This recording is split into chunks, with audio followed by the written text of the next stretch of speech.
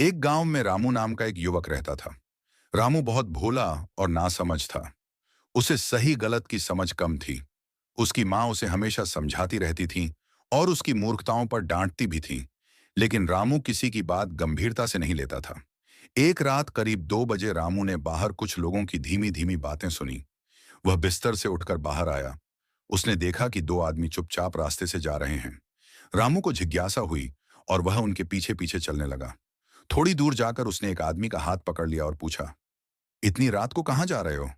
डर के मारे उस आदमी ने कह दिया, हम चोरी करने जा रहे हैं। अगर तुम भी चलो तो जो मिलेगा आपस में बांट लेंगे।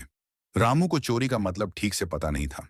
फिर भी उसने सोचा कि अगर कुछ मिल गया तो वह अपनी माँ को दे देगा और माँ खुश हो जाएंगी।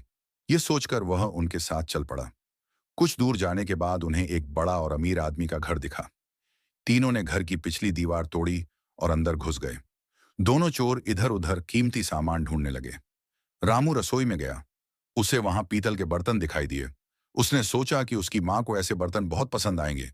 खुशी में रामू बर्तनों को उठाकर आपस में टकराने लगा। बर्तनों की आवाज से पूरा घर गूंज उठा। घर के लोग जाग गए। दोनों चोर तुरंत भाग गए, लेकिन रामू पकड़ा गया। घर वालों और पड़ोसियों ने उसे पकड़कर खूब डांटा और पीटा।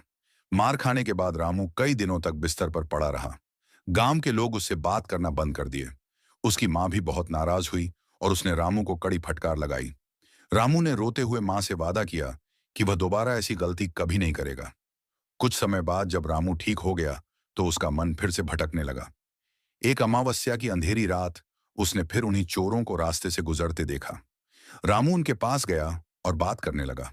चोर उसे टालना चाहते थे, लेकिन रामू ने माफी मांगी और साथ चलने की जिद की। कुछ दूर चलने के बाद वे एक और अमीर के घर पहुंचे। दीवार में छेद करके तीनों अंदर घुस गए। दोनों चोर कीमती चीजें ढूंढने लगे। रामू एक कमरे में गया जहां एक बूढ़ी औरत सो रही थी।